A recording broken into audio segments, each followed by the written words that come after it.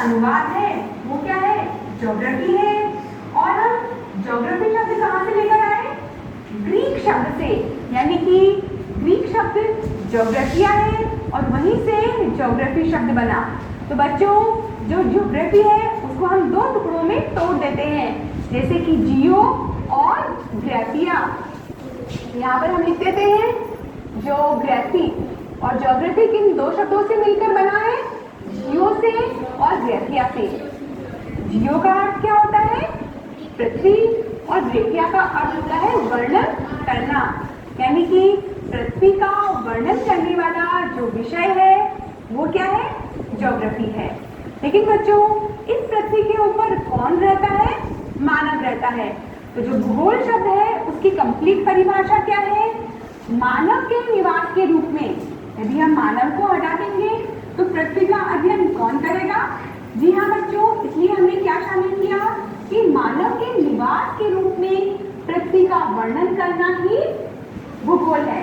तो बच्चों ये तो थी भूगोल की परिभाषा। आप अपना पेन, बुक और नोटबुक हमेशा अपने साथ में रखिए और मेरे साथ पढ़ते रहिए। तो बच्चों ये थी भूगोल की परिभाषा। मैं उम्मीद करती हूँ कि आप इसे नोट भी कर रहे होंगे। एक बार फिर से देखते हैं कि जो भूगोल शब्द है इसका शाब्दिक अर्थ क्या है कि पृथ्वी गोल है, और अंग्रेजी में हम भूगोल को क्या कहते हैं, ज्योग्राफी कहते हैं। और ज्योग्राफी शब्द कहाँ से आया, यूनान से आया, यानी कि ग्रीक भाषा का जो शब्द है ज्योग्राफिया से आया है। बच्चों एक सवाल यहाँ पर बन जाता है, वैसे तो ज्योग्राफी का प्रत्येक शब्द अपने आप में सवाल है, क्योंकि बोर्ड परीक्षाओं में ऐसे ही छोटे छोटे प्रश्नों को पूछा जाता है। जैसे कि ज्योग्राफी शब्द कहाँ से आया, ये भी अपने आप में एक बहुत अच्छा सवाल है। इसका जवाब क्या होगा, ग्रीक भाषा के शब्द से। उसी प्रकार एक और सवाल बन जाता है कि ज्योग्राफी शब्द का सबसे पहले उपयोग किसने किया। तो बच्चों उन व्यक्ति का नाम क्या है, इरेटोस्थनीज। इरेटोस्थनीज यूनान के रहने वाले थे और उन्होंने ही सबसे पहले ज्योग्राफिया शब्द का इस्तेमाल किया। क्या लिखेंगे हम इसे, इरेटोस्थनीज। और ये कहाँ के रहने वाले थे, यूनान देश के, यानी कि ग्रीक देश के रहने वाले थे। तो ये अपने आप में एक सवाल है। उसी प्रकार जो भूगोल के जनक हैं, यानी कि फादर ऑफ ज्योग्राफी, भूगोल का जो सबसे पहले व्यवस्थित अध्ययन किया, उनको हमने भूगोल का पिता कहा, और वो कौन है, हिकेटियस है। यानी कि आपको बिल्कुल कंफ्यूज नहीं होना है, ज्योग्राफी शब्द का जो प्रयोग है वो सबसे पहले इरेटोस्थनीज ने किया, और जो भूगोल के जनक हैं वो कौन है बच्चों, जनक है हिकेटियस।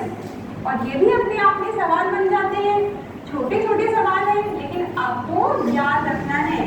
तो बच्चों आप लिखेंगे इसको, ये देखिए ज्योग्राफिया। ज्योग्राफिया शब्द का सर्वप्रथम प्रयोग किसने किया, प्राचीन यूनानी विद्वान इरेटोस्थनीज ने किया। बिल्कुल कंफ्यूज नहीं होना है, ज्योग्राफी शब्द का पहली बार प्रयोग इरेटोस्थनीज ने किया, और ज्योग्राफी के फादर, यानी कि फादर ऑफ ज्योग्राफी, भूगोल के जनक कौन है, हिकेटियस है। और ऐसा इसलिए कहा गया क्योंकि इन्होंने विश्व भर में जो भूगोल विषय से संबंधित सामग्री बिखरी पड़ी थी, स्कैटर्ड थी, उनका व्यवस्थित अध्ययन किया। इसीलिए फादर ऑफ ज्योग्राफी कौन कहलाते हैं, हिकेटियस कहलाते हैं। और ये अपने आप में बहुत इंपॉर्टेंट क्वेश्चन है। तो बच्चों नोट कर लेंगे, भूगोल के जनक कौन है, हिकेटियस है। तो बच्चों हमने पढ़ा कि भूगोल शब्द के जनक कौन है, इरेटोस्थनीज है, और भूगोल के जनक कौन है, हिकेटियस। आगे बढ़ते हैं और देखते हैं भूगोल की दो मुख्य शाखाओं के बारे में। बच्चों यदि हम भूगोल को एक वृक्ष माने तो भूगोल की कितनी शाखाएं नजर आ रही है आपको, दो शाखाएं, एक है भौतिक भूगोल और दूसरी है मानव भूगोल। कक्षा 11 में आपने किसका अध्ययन किया था, भौतिक भूगोल का, और कक्षा 12 में हम अध्ययन करेंगे मानव भूगोल का। तो बच्चों जो भौतिक भूगोल होती है उसके अंदर केंद्र बिंदु कौन रहता है, भूआकृतिक कारक, जैसे कि पर्वत, पठार, पृथ्वी का उद्भव, पृथ्वी की आंतरिक संरचना कैसी है, समुद्र विज्ञान, जलवायु विज्ञान, मृदा विज्ञान आदि बातें। उसी प्रकार बच्चों मानव भूगोल में शब्द से ही पता चल रहा है कि मानव भूगोल में केंद्र बिंदु रहेगा मानव, और मानवीय तथ्यों से संबंधित बातों का अध्ययन हम इसमें करेंगे, जैसे कि जनसंख्या का घनत्व, जनसंख्या का वितरण, जन स्थानांतरण, परिवहन, कृषि, व्यापार, उद्योग धंधे आदि विषय सामग्री का अध्ययन हम किसमें करेंगे? मानव भूगोल के अंतर्गत करेंगे। तो बच्चों शुरुआत करते हैं कि मानव भूगोल का विकास कब हुआ। मानव भूगोल का विकास 18वीं सदी में हुआ, और सबसे पहले इसको जो व्यवस्थित अध्ययन किया है वो है जर्मनी के भूगोलवेत्ता फ्रेडरिक ड्रेक्सेल, और उनके इस योगदान के कारण ही उन्हें आधुनिक मानव भूगोल का जन्मदाता भी कहा जाता है।